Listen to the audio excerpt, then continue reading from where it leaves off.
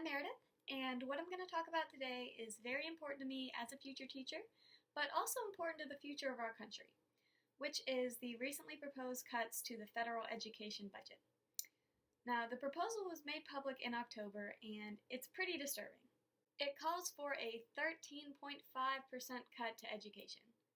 That's $9.2 billion. Now, after school programs took a big hit from this. They stand to lose a whopping $1.2 billion cut.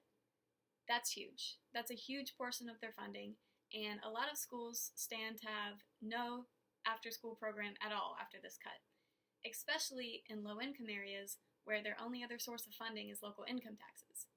So let's talk about that. What do after-school programs actually do? In 2004, 6.4 million students were recorded to be enrolled in after-school programs. In 2014, it grew to 10.2 million, and that number is always growing. And it's growing because we're finally finding out how much good they actually do. The number of households with both parents working increases every year, and most people can't afford daycares or private after-school programs. School-sponsored programs, on the other hand, are not only free services that make sure kids are in a safe, supervised environment after school lets out, but they also do so much good. School-sponsored programs create a fun, social environment and do activities that revolve around what kids are learning in school.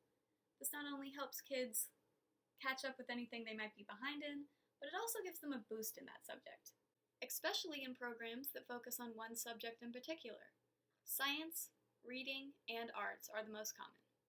And statistics also show that after-school programs significantly reduce the likelihood of juvenile crime or drug use, especially in older students. And students enrolled in after-school programs are shown to enjoy school more and return better grades and SAT scores on average than their fellow students. So yeah, it's great.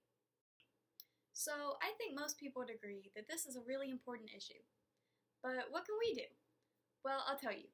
See, this is simply a budget proposal drawn up by a certain leader of the free world.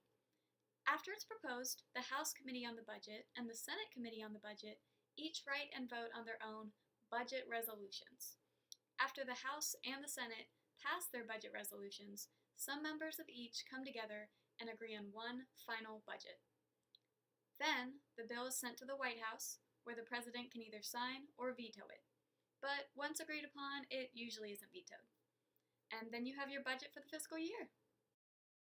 So, as you can see, although the budget is scary, it's not written in stone. Congress and the Senate have most of the say on how the budget actually turns out. This means that you can make a difference. The decision isn't set to be made until May. You can email your local congressman or senator and put in your 2 cents about your budget priorities. Also, in the future, don't rule out smaller elections.